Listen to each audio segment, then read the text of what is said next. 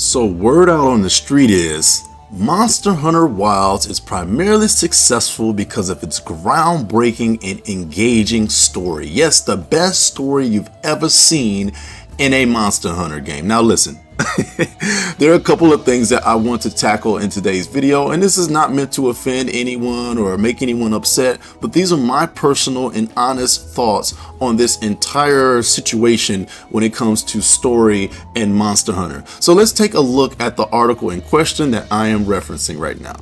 So basically, the producer came out and said Monster Hunter Wilds' popularity is thanks to story, emphasis, immersion, and crossplay, series producer says. So as we all know, the producer, Ryozo, said that pretty much the story was one of the key points for newcomers to jump in, learn about the way that Monster Hunter works, learn about the way that the story works, how the game progression is to move, and things like that.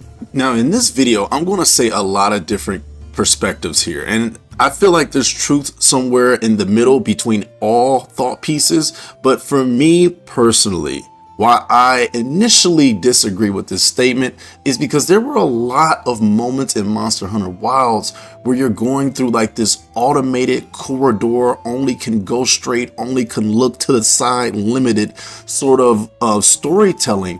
And it really felt restrictive for a game that's supposed to be more expansive and free than ever. Even as you can see here on the screen, I'm playing this specific scene here because a lot of the time in my Monster Hunter, I just want to go, and I'm sure a lot of veteran hunters just want to get out there, get to the hunt, play with their friends, and get going. Now, the issue that I have with this statement is here that this story doesn't do anything particularly amazing. Most of the characters, all of the characters are primarily forgettable, aside from maybe Gemma, and I mean, there's not really much to Alma. She's pretty much just a walking quest board. And don't get me started on Nata, who was just crying and complaining the entire story. Now, wait a second though. I told you I wanted to offer you a couple more perspectives. There are things that I do like about Monster Hunter having a narrative. Personally, for me, I really enjoyed the way that World did it. I feel like World had a great balance of creating a story and engaging newcomers. I also felt like World's pace was a little bit better when it came to balancing out the story missions and balancing out the amount of cutscenes you would have to watch. Whereas in Wilds, there are literally some streamlined cutscenes in these corridor-like cutscenes that you must and have to do. Now listen, there has to be some truth in his statement because clearly this is the most successful so far Capcom game of all time when it comes to the way that it's sold out. It's the fastest selling title of all time, and it's already hit 8 million units. So there has to be some sort of recipe that's adding up to the success, right? Now, a lot of that can be taken with a grain of salt. Monster Hunter's reputation is so huge, it was going to sell amazingly out of the gate. It's hard for me to pinpoint that it was the story that was one of the big driving factors. Now, I also do know that he said crossplay. I 1000% agree on that. Every game, in my opinion, should have crossplay these days. But for me, I just found it very hard to accept that the story is one of the key factors that drew in new players. Now, listen, I cannot speak for an entire fan base. There are millions of people who have played this game, and my data may be just anecdotal. So if you really enjoyed this story, let me know down in the comment section below if I'm seeing this wrong, or if you have a different perspective to offer than the perspective that I am giving in this video. Now, there are things that I do like. Once again, I enjoyed having our characters actually be implemented into the story with their own voice lines and their own personality. That was a good plus. I really love that. I just think there was so much story this time around when it comes to that initial couple 20 to 30-ish hours that it could have been a turnoff for veteran players. Now, Monster Hunter is a bit more mainstream now, so I'm coming from maybe this limited point of view where I'm only thinking about the veteran player and how they want to experience Monster Hunter, when in reality that is not the same anymore. The way that we all experience Monster Hunter is different than the old school, and we have to accept that because this franchise is now bigger than it's ever been.